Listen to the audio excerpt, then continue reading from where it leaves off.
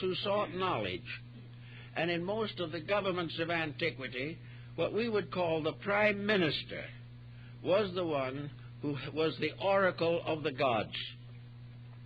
The oracles of antiquity ruled the state.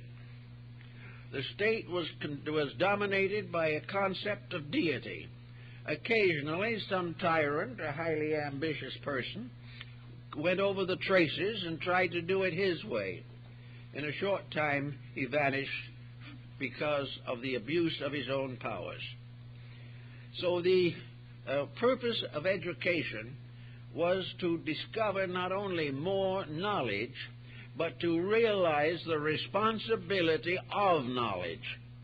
That the most serious dishonesty that's possible is religious and philosophical dishonesty.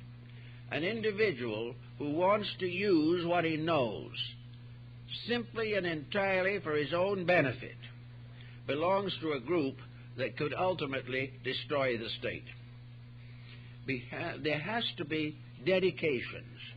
Now, what are the dedications that the ancients knew? The dedications to deity.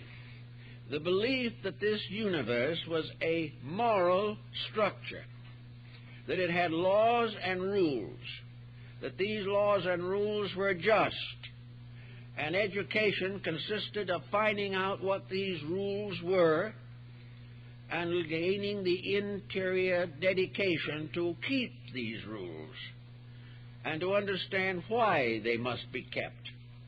An educated person, therefore, was one who knew why honesty was essential to survival. If you didn't know these things, you wasn't educated.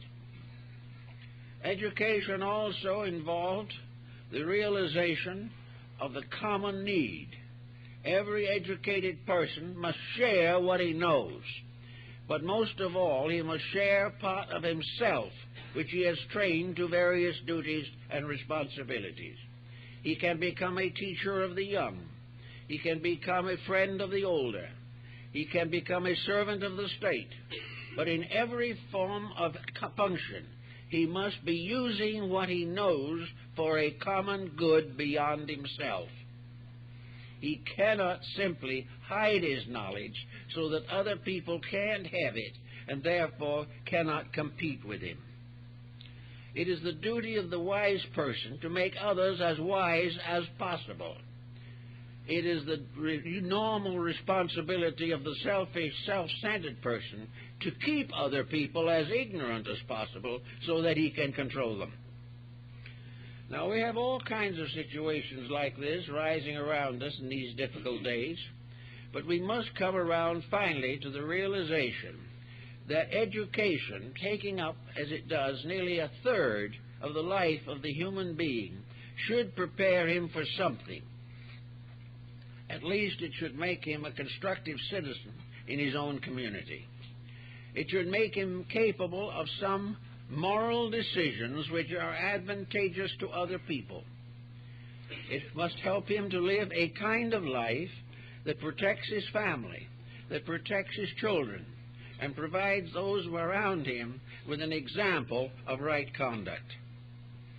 The individual, therefore, is educated who accepts the responsibility for his own conduct and realizes that this conduct is very essential to the survival not only of himself, but of the world in which he lives. So we can ask ourselves simply, how many graduating from the great institutions of the modern world graduate as persons dedicated to the service of others? How many realize the nature of laws as they are in the universe? How many have discovered the integrities of life? How many have been able to study just a little bit the way in which animals are educated, in which the family educates the child, in which the parent shows the way and leads the way? Comenius, the great Moravian educator, one of the founders of our public school system, talked about the mother school, where the child learned the first important lessons of life at his mother's knee, being told and shown the way of integrities. being given in time and attention and thought necessary to producing a constructive citizen. There is, of course, still a group that does this type of thing, but it is too small. For the majority, the individual is left to his own resources. The parents expect the school to educate him. The school knows it can't, so the school hopes the church might, and then makes it very definite and evident that the church doesn't count in the secular life of society.